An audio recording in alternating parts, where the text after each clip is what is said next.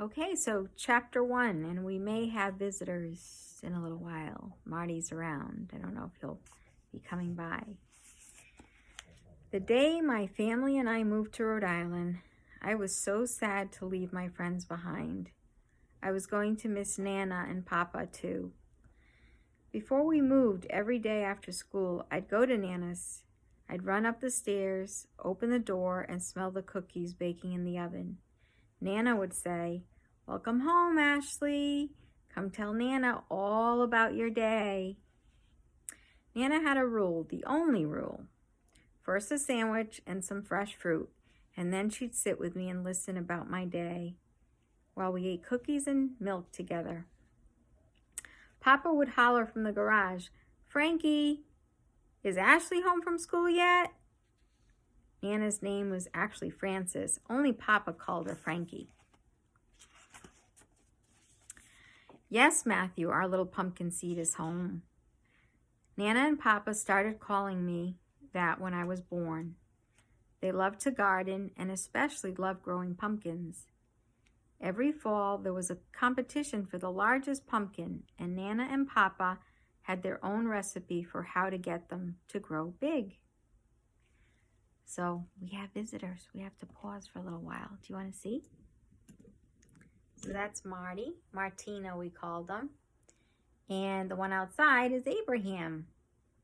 We call him Abe. So Marty and Abe. I got to let him in, okay? All right, hold on a sec.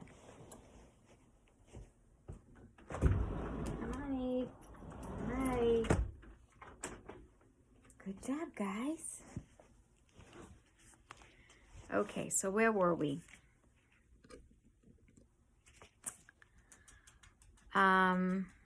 So every fall there was a competition for the largest pumpkin, and Nana and Papa had their own recipe for how to get them to grow big.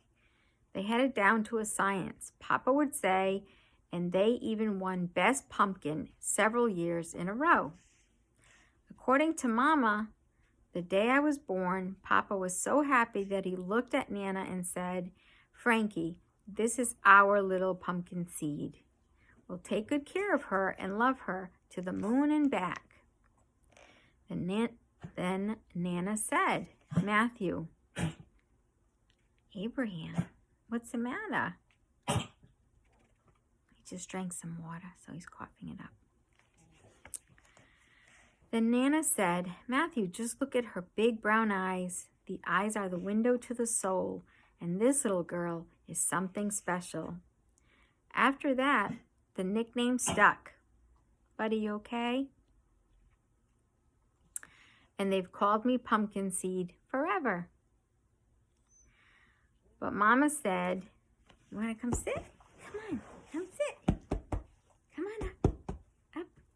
Good boy. Yay, we have a visitor. We have our Abraham. Yeah, he likes it when I read. Okay. After that, the nickname stuck, and they've called me Pumpkin Seed forever. But Mama said we had to move away because the company she worked for was moving out of town. I knew we had to go. Dad put the last piece of luggage in the trunk, and we hugged Nana and Papa. Papa picked me up. "You're not too big for Papa to hold you," he said. "Give me a great big hug, and remember, you will always be our little pumpkin seed." As he put me down gently, I looked up at him. "I love you, Papa." Tears dropped from my eyes and rolled slowly down my face. Nana bent down, held my face, and wiped away my tears with her soft hand. "Ashley, my sweet girl, we will talk often on the phone and on Skype, and we will be out to visit several times a year. We will be out to visit several times a year. In fact, during the summer months when it gets too hot out here, we plan on spending 3 months in Rhode Island with you. Now give me a great big kiss, and remember, our love goes with you wherever you go." My tears stopped falling, and I felt a warmth in my heart. I knew what Nana said was true. Distance, no matter how far, wouldn't change how much we loved each other. When all the bags were packed and we drove away from our house, I looked through the back window and waved goodbye with a smile. But I was missing Nana and Papa already. After a long flight and a short drive, we arrived at our new home. Mama took me inside to look around. She'd had it painted with new colors before we arrived. My room was on the second floor and had a window seat with a comfy pillow on it. Ashley, what do you think? I kept looking around the room, new furniture, purple walls, my very own desk, and a huge closet that was half full for clothes. In the other half, Mom had put a small tent filled with pillows and blankets and my favorite book, Before I Go to Sleep. It's perfect, I said. Dad walked in and lifted me into his arms. Did we do a good job? He asked. We told the movers that the first room they should unpack completely was yours. We wanted to surprise you as soon as we arrived. Yes, Daddy. I can't wait to show Nana and Papa on Skype tonight. Okay, darling, the movers need space to do their thing, so why don't you go play out in the yard while Mom and I help them out. Excited to see what the yard was like, I ran downstairs and out the front door. The front yard had a large maple tree full of yellow and orange leaves. When I looked up through the leaves, I noticed wooden boards. Couldn't see what it was, so I pulled myself up onto a branch and peeked through some leaves to get a better look. Well, I thought my bedroom was perfect. I didn't think it could get any better. But here I was staring at a small tree house that the previous owners must have built. We hadn't seen it when we pulled into the driveway because it was hidden by leaves. It didn't have a ladder, but the branches were so close to one another and so strong that I didn't need one. I easily climbed one branch at a time until I got to the treehouse. I scrambled up to a door in the treehouse floor that swung open. I pushed it aside and climbed inside. The treehouse was much bigger than it looked on the outside, but it was barely tall enough for me to stand up in. A few more inches and my head would touch the ceiling. I shut the door and latched it behind me. The treehouse walls were covered in scarves, soft, light fabric in all shades of purples, lilac, lavender, magenta, and some had metallic thread running through them. I reached out to the fabrics and moved my hands through them from side to side. Behind one of the scarves was a small door with a handle, and when I opened it toward me, I realized it was a window. There was no glass, just a hole looking out to the front yard. I stepped back and looked behind the rest of the fabric on the wall to see if there were more windows. I found one more, and this one had a view of the entire neighborhood. In the distance was this stone building that just cleared the trees. I could see a tall stone tower. Surrounding it was color. Orange, green, brown, red, and I swear I saw purple. Fall in Rhode Island was very different than in San Diego.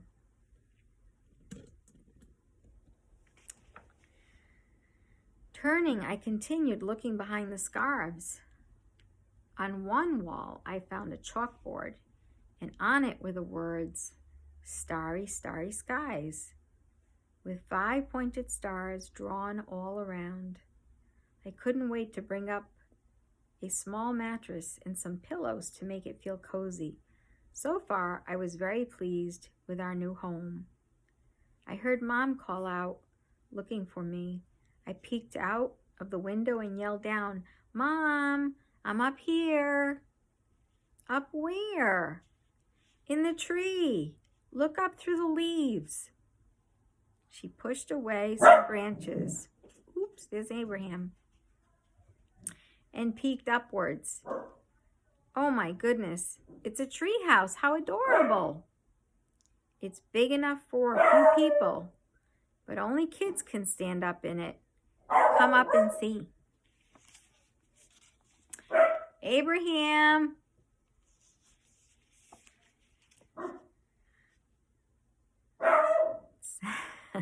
He must be hearing something. "Sweetie, Dad and I still have a lot to do. But I'll tell you what, one day soon, we will pick up a picnic and head on up there. Sound good? Right now, I need you to come down. It's time for lunch." "Okay, Mom, I'll be right down." It took the movers only a few hours to unpack our belongings. Mom was very impressed. It was as though we had always lived there. Everything was in place, even our clothes. I hadn't thought things would happen so fast. One day I'm living in California, and the next day we're not. Being new to the neighborhood, I was pretty shy. It felt strange to be around people I didn't know. But one day, while I was sitting on my front steps, a girl riding past on her bike swerved into my driveway, got off her bike, and walked it toward me. Holding the bike with both hands, she tilted her head and looked at me. "Do you want to go for a bike ride?" she asked. "No, thank you. My parents and I just got back from summer vacation yesterday, and I noticed that you guys moved in. I was going to come by last night, but Mom wouldn't let me. She said you all needed time to settle in." "Where are you from?" "San Diego." "Like California?" "Yes." "That's wicked cool. Did you ever see any movie stars?" "I don't think so," I said. "They tend to hang out in Los Angeles." "I've never met a movie star either, but there are movies that are filmed right here in Rhode Island. Last year, my mom took me to downtown Providence to see if we could catch a glimpse of Robert Downey Jr., but all we saw was the film crew. Still pretty exciting." I sat there quietly listening to what she had to say. "Well, sorry if I'm talking too much. My mom says I take after my grandma, who was a lovely person but quite a chatterbox. So did you know you have a tree house in your tree?" "Yes. Do you want to see it?" "Oh, I thought you'd never ask. The previous owners had grown children, so I never got the chance to see the treehouse up close." "It's not very big," I said, "but it has a great view of the neighborhood." We climbed up to the top, and as she entered, she remarked, "Wow, look at all those scarfs. It's so pretty in here. I always wondered what was up here. It didn't have any windows. It just looked like an odd-looking box made of wood paneling." "Oh, it has windows." I slowly pulled the fabric to the side and pulled the handle. They were hidden well, camouflaged into the wall itself. You can see the hinges on the inside, but from the outside, it just looks like a flat wall. "Hey, I can see your bedroom from here," she said. "Looks really nice. There's another window over here. How cool is this? I love these windows, and look, you can see the library from this one." She pointed to the stone building I had seen in the distance. "Yeah, it's our mysterious local library. It's a great bike ride. I go there a lot. Do you want to go riding with me? I'll show you." She She surprised me and made me feel good. I admired how fearless she seemed and how friendly she was, but I replied with regret, "Thank you, but not today." She smiled. "Okay, well, maybe tomorrow," she said. "Well, I guess I should get back home. Mom is probably wondering where I am." She pulled the trapdoor open and began to descend branch by branch until she just jumped down and ran to her bike. As she was riding away, she screamed back, "By the way, my name is Sydney." And that's the end of chapter 1. So stay tuned because I'll be posting new videos with each chapter. And remember, if you want to draw an illustration and submit it, just send it to my email, berardcristina@gmail.com. Hope you enjoyed the first chapter. It gets magical from here on, so stay tuned.